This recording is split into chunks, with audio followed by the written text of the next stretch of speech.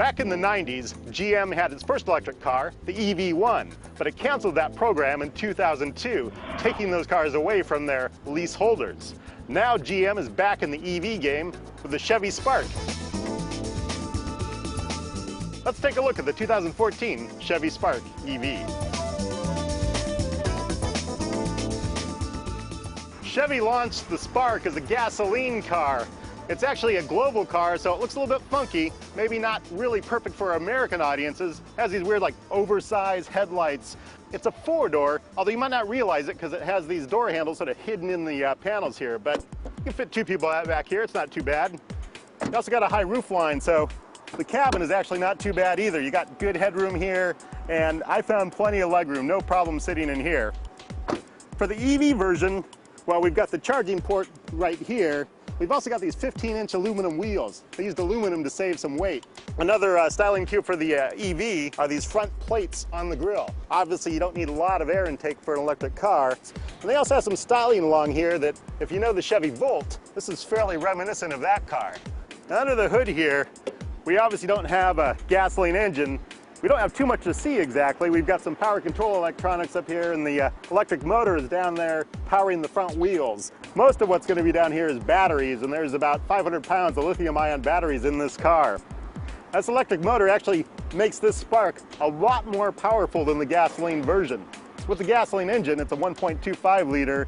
It's only about 85 horsepower. This electric motor gives the Spark EV 140 horsepower and also 400 pound-feet of torque. Actually, GM likes to say it's got more torque than the Ferrari 458 Italia. But more important, it's the charging port. GM puts this on the front side of the car, which is pretty convenient when you nose into a parking space. This is the standard J1772 charging plug. For a 240-volt source, it'll charge up this car in about 7 hours. This is actually the J1772 combo plug. So you see down here, it's got room for 2 extra pins. That's actually a very new standard. It allows this car on a DC fast charger to charge up to about 80% battery in 20 minutes. The Chevy Spark is actually the first electric car to include this standard. The BMW i3 will have it too. Now, like I noted, it's decent size headroom here. I'm 5'8", and I'm pretty comfortable in this space. You know, a few more inches, I might start getting close to the ceiling. We have this nice body tone metal pattern in here too. That's sort of part of the interior, although we'd have a lot of hard plastics around too. It's an economy car. We also have this instrument cluster pod here. This is just like in the Spark, the gasoline version, but in the electric version, we have an LCD panel instead of analog gauges. So that makes it configurable. Right now I have it showing kind of minimal information. Here on the left, I've got my range left on the battery. On the right, I have sort of a driving coach. This is actually very similar to what they have in the Chevy Volt. I can push this configure button on the side here and add information. So I can add a little more information about the range, and I can add information about the driving coach. I can actually see how many kilowatts I'm expending when I'm accelerating, how many I'm gaining when I'm regenerating, when I'm braking. I sort of like the information screen that gives me the maximum information. Maybe that's sort of a geek thing that, you know, people that are into electric cars are really going to like to see. I also have some of that electric information on the main screen here. Right now I'm on the home screen. I can just push this leaf button here, which shows me the power flow situation. This will show me when electricity is going out to the wheels or when the wheels are regenerating electricity to the main battery. And as you can see, there's no CD player here. Chevy got rid of the CD player. You know, it seems kind of quaint to me to bring these little plastic discs in the car to like play music from. When I've got all this music on my iPhone or maybe on a USB stick I bring into the car. USB port right down here where I can plug in any music. So I can go to my multimedia. I've also got satellite radio, Bluetooth audio. Of course I got Bluetooth telephone. And I've also got this smartphone link. And this actually gives me some apps here. So I've got like Pandora and Stitcher and TuneIn. I can run those apps if I have them loaded on my iPhone and the iPhone is plugged into the car. Now if I have an Android phone, it'll actually work over Bluetooth.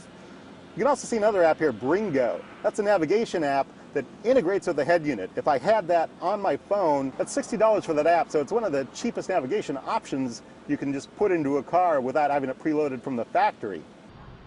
I found 15 places pretty close to you. This car, the Chevy Spark, is one of the first of the Chevy models to integrate Siri. So then through the phone, it'll actually feed me its turn-by-turn directions through the audio system. I don't actually have to look at my phone. I can just hear it tell me when to turn left and turn right, and it should recalculate and handle all that kind of stuff. We've got the shifter down here. This is really just a drive selector. There's no transmission in this car except for a single gear reduction to the wheels. This car has a sport mode. I've used it. It doesn't really seem to do much. I don't know really why they have that here. Maybe Chevy's just trying to convince people that this is a really fast car. The Chevy Spark definitely drives like an electric car. Really just smooth, quiet, forward motion. And you also feel that torque pretty heavily. It moves forward with real authority when you press down on it. You can really take off and get moving pretty fast too. You know, you can also feel that this is electrically boosted power steering.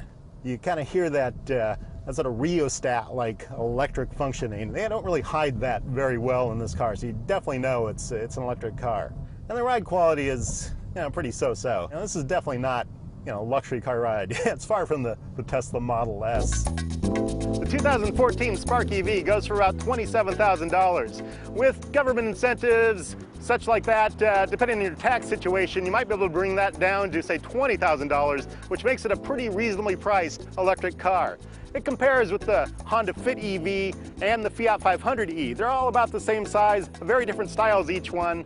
Personally, I kind of like the Honda Fit EV for its drivability and its looks and practicality.